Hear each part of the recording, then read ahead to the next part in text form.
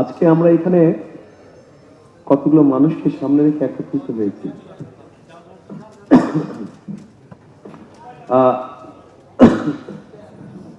দুঃখজনক হলেও যে মানুষগুলোকে রেখে আর সামনে রেখে আমরা এখানে একত্রিত হয়েছি, দুঃখজনক হলেও আমাদের সমাজ ব্যবস্থা এখনো এইরকম মানুষ যারা আছে, আমাদের মধ্যে একটা টেন্ডেন্সি আছে যে এই মানুষগুলোকে একটু আমরা ঘরের ভিতরে রেখে দিই, তাদেরকে আমরা বের হতে দিই না। এরকম একটা মন মানসিকতা আমাদের দেশের সমাজ ব্যবস্থা এখনো রয়ে গিয়েছে।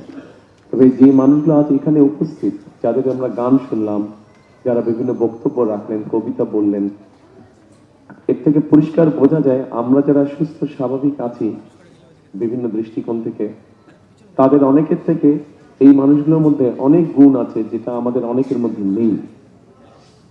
সেজন্যই আমার মনে হয় সিএসএফ গ্লোবাল যেই কাজটি করছে, আমরা যদি সামাজিক অবস্থান হোক, রাজনৈতিক অবস্থান হোক, রাষ্ট্রীয় অবস্থান হোক, সকল অবস্থান থেকে যদি আমরা এই মানুষগুলোর পাশে এসে দাঁড়াই, তাহলে আমি ব্যক্তিগতভাবে বিশ্বাস করি যে বাংলাদেশ অনেক প্রতিভা বের করতে পারবে, অনেক প্রতিভাবান মানুষকে বের করে নিয়ে আসতে পারবে, যাদের বিভিন্ন সেক্টরে প্রতিভা আছে।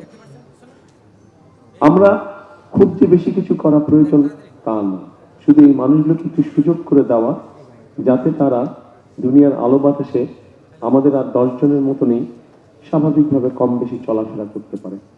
খুব বেশি কিছু করার নাই, অন্তত মিনিমাম একটা কিছু ব্যবস্থা করা, যাতে করে এই মানুষগুলো তাদের নিজেকে এক্সপ্রেস করতে পারে, যে যেভাবে এক্সপ্রেস করার কথা সেভাবে এক্সপ্রেস করতে পারে, সেই অপরচুনিটি, সেই সুযোগটা তাদেরকে তৈরি করে দেয়।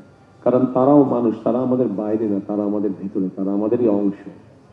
আমাদের প্রত্যেকের পরিবারের মধ্যেই এরকম কেউ না কেউ হয়তো একজন আছে।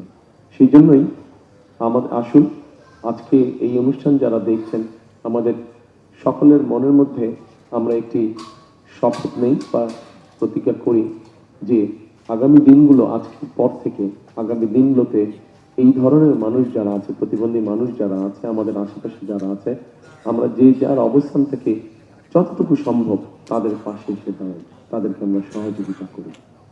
এটাই হোক আজকের দিনের শপথ। এবং পরিশেষে আবারও যে মানুষগুলো আমাদেরকে গান শোনালো, যে মানুষগুলো কষ্ট করে উপহার তৈরি করে নিয়ে এসছে আমার জন্য এবং ডক্টর জুবাইদার জন্য, তাদেরকে আমি আন্তরিকভাবে ধন্যবাদ করি। এবং আসুন আমরা